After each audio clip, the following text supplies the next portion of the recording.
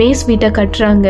அங்க ஒரு strange room இருக்கு. அங்கதான் சாரா டெய்லி நைட்டு ஆவிங்க கிட்ட பேசுவாங்களாம். அவங்க சொல்ற மாதிரி தான் அந்த வீட்டை கட்டுவாங்களாம். அதனாலதான் இந்த ஹவுஸோட டிசைனே லாஜிக்கே இல்லாம ஸ்ட்ரேஞ்சா இருக்குன்னு சொல்றாங்க. 1960 சான் பிரான்சிஸ்கோல ஒரு பெரிய எர்த்குவேக் வருது. அதனால அந்த வீட்டுல சில பகுதிகள் மட்டும் டேமேஜ் ஆகுது. இத பார்த்த சாரா ஆவிங்கெல்லாம் ரொம்ப கோபமா இருக்குன்னு நினைக்கிறாங்க. அதனால டேமேஜ் ஆன ரூம்ஸ் எல்லாம் பர்மனண்டா சீல் பண்ணிடுறாங்க.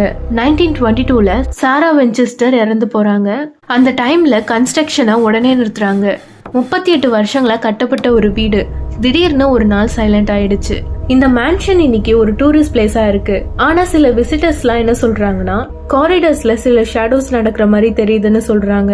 சாராவோட ஆவி இன்னும் அந்த வீட்ல இருக்கா, இல்லனா வின்செஸ்டர் ரைஃபிளோட விக்டம்ஸ் ஆவிகளா அங்க சுத்திட்டு இருக்காங்களா? இன்னும் நிறைய மிஸ்ட்ரி, த்ரில்லர், சஸ்பென்ஸ் ஸ்டோரிக்கு மறக்காம இந்த சேனலை சப்ஸ்கிரைப் பண்ணிடுங்க.